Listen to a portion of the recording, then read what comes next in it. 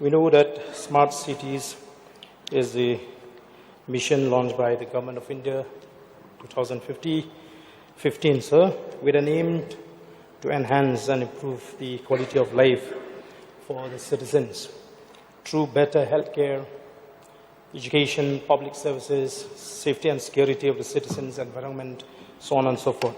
So when I look at the components and the projects in this list provided by the government, so I could not see any project that will reflect, the attempt of the government to improve healthcare, education, safety and security measures and the environment. Whereas the concentration of the government seems to be on the commercial complex. So therefore, sir, may I know the priorities that are prescribed under this mission, sir? Mr. Speaker, sir, yes, it is a fact that in the first phase, maybe this project laid down is exactly, there is no hell and all this. So I would like to inform to you, Mr. Speaker, sir, in the phase 2, when the Smart City 2.0 started, so we are priority on this. We are trying to push this important project like what he exactly mentioned. Yes, even all these other projects is important, but yes, we already discussed in the department in the next phase of Smart City projects. So we are propose all this in like health sector, water sector, all this important sector. We are already discussing in the department presently. So, according to this reply, the minister, the government has replied that the supply and installation of open-air gyms outdoor at various locations in Shillong has been completed. So may I know exactly the location of these open-air gyms and the total cost of the project? Mr. Speaker, sir, the total cost project is 5 crores.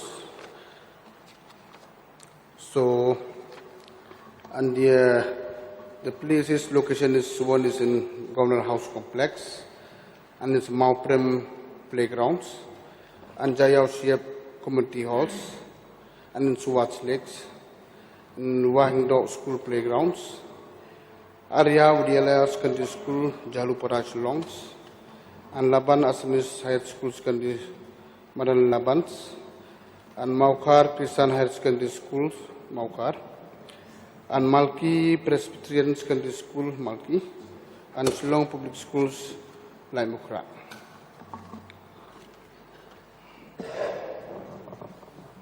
Next question, please. Sir, may I request the Honorable Minister to repeat the reply as far as the one open gym at Jayao, where exactly? Jayao Siap Community Halls. Sir, I think the Minister is contradicting, because in this reply, the answer is supply and installation of open-air gyms, outdoor. So how is it that this outdoor will come under the Jayao Indoor Stadium? Mr. Speaker, sir, because this is the place, so actually it's not mentioned whether outside or inside, but it's the place is in Jayao. So I will examine this matter. If it is not, but exactly it's the outdoor gym. But as per location mentioned here, it's Jayao Siap Community Halls. Maybe outside compound, I'm not very sure with this. I'll try to find it out. Okay, thank you. So, another question. With reply to the progress and status of smart city projects, serial number 7, in connection with construction of commercial complex at Polo. So the fiscal progress has been shown 100% completion. So, and the minister, I have put a question on this issue also, replied that till today it has not been operationalized. So may I know when this complex will be operationalized, and the total number of stalls in this complex? Mr. Speaker, yes, recently Honorable Minister of Finance has inaugurated, but now it is in the process of operationalize, and the total number of shops as per proposed in the DPR is 109. Mr. Speaker, sir.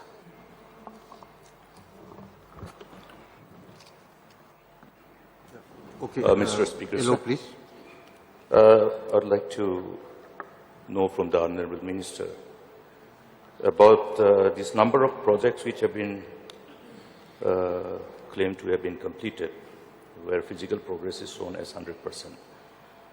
May I know from the Honorable Minister whether a proper, by any designated authority mandated for the purpose, whether quality auditing of the works completed have been done? Yes, Mr. Speaker, sir.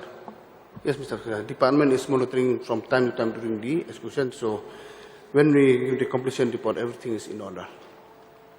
So may I know from the Honorable Minister the outcome of this, result of this quality monitoring, quality auditing done by the concerned authority? Mr. Speaker, sir, yes, the report of this technology, so actually the record is not with me, but it has been done by department. So for this particular question, I require notice, Mr. Speaker, sir. Mr. Speaker, sir, then you'll lay it on the table of the House, as per the rule. Mr. Speaker, sir, in respect to the item of work in serial number 13, the construction of Shillong Business Cum Tourism and Cultural Center at Police Bazaar. Is it a fact that the project was implemented by a PMC? The PMC created for the purpose? Sir, projects implemented by MUDA agency, not PMC, it's by MUDA agency. MUDA is the implementing agency for this project. Mr. Speaker, sir, we may recollect the same issue was discussed in this August House in the last session. And there were some informations which were sought in the August House. In course of the reply, Minister has been asked on certain areas of concern and informations related thereof. But he has sought for time. But as per the rule, the same information has to be furnished to the Honourable Member within 30 days, if not then extended for another 30 days. I have not received these replies, Mr. Speaker, sir. Mr. Speaker, so point is noted, so I will do the needful, Mr. Speaker, sir. Mr. Speaker, sir, in regard to this implementation of these projects under the Smart City projects, last discussion, I dwelt upon the issue of alleged huge withdrawal of salaries paid for the CEO and the employees of the Shillong Smart City Limited or whatever entity was created for the purpose. May I get a clarity on that? Mr. Speaker, sir, so the detail of how the CEO salary and all the employees is not with me, Mr. Speaker, presently. So I require the notice for this because it's a long thing. So all the detail about the salaries and the draw by the CEO and the employee of the Smart City, so it's not with me right now. So I will place on the table of the House. I'll furnish to the honourable member as per request. Mr. Speaker, sir, we are still in session. Today is Wednesday, tomorrow is Thursday, and day after is Friday, the last day. So we hope that we will get this reply during this session, Mr. Speaker, sir. Yes, sir. Pardon, you still have some couple of questions, Yes, sir. supplementary questions left. Yes, sir. Sir, may I know from the Honourable Minister the process of allotment of these stalls in Polo Complex?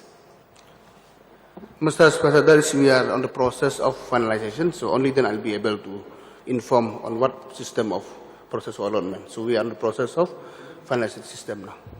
I think the reply is mostly it's through tendering only, but since the process is still under process, so maybe not appropriate for me to tell exactly what it's about. I'll just add some. So I'd like to supplement Honorable Deputy CM's reply.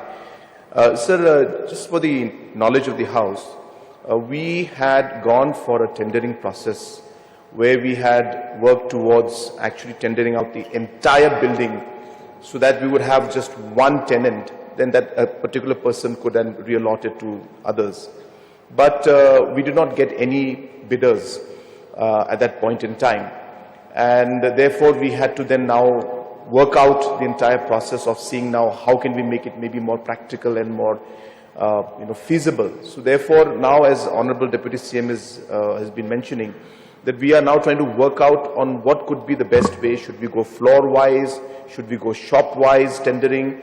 Because there are pros and cons to all of that. So very soon, as mentioned, we will be finalizing that and it should be done. But we have been working on this. We have tried it once. We tried to do the whole building so that we don't have to go through the whole process of allotting, or tendering every shop. But now, as I said, we did not get response at that point in time from anybody. There was not a single bidder. So we are hopeful now that once we break it down, maybe we should get response. But I think in a nutshell, sir, this will be done on a purely tendering process. It's a commercial property. We as a government would want to see that we get maximum revenue out of it. So it will be done in a proper commercial and a tendering process. So, The last question, please. so in that case, does the government not contradicting the aim and objective of the mission? When the aim and objective of the mission is to address the aim at providing, enhancing the quality of life. So that complex would have been a blessing to many unemployed youths. So why the government is not taking the responsibility to deal directly with those youths instead of outsourcing the entire complex?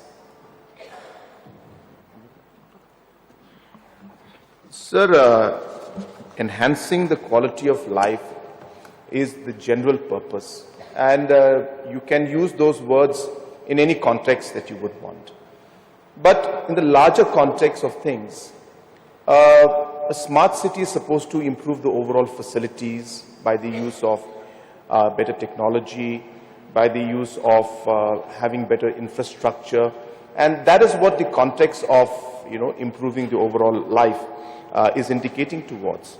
Sir, as a government, obviously, there are pros and cons to whatever we do. Now, if we were to select individuals, then there would be a counter-argument to say that why isn't government doing it in a tendering process and why is government losing out revenue? If you don't do it in that way, then the other argument comes in. So therefore, sir, in a process where we are looking at a large investments that's been made by the central government and the state government, we have to look at the commercial aspect of things and look at how we can maximize the overall revenue. And sir, this was the only project that we were doing for the employment and the livelihood of the youth. Then I would agree that yes, we need to look at this and look at how we can support. But there are multiple projects, sir.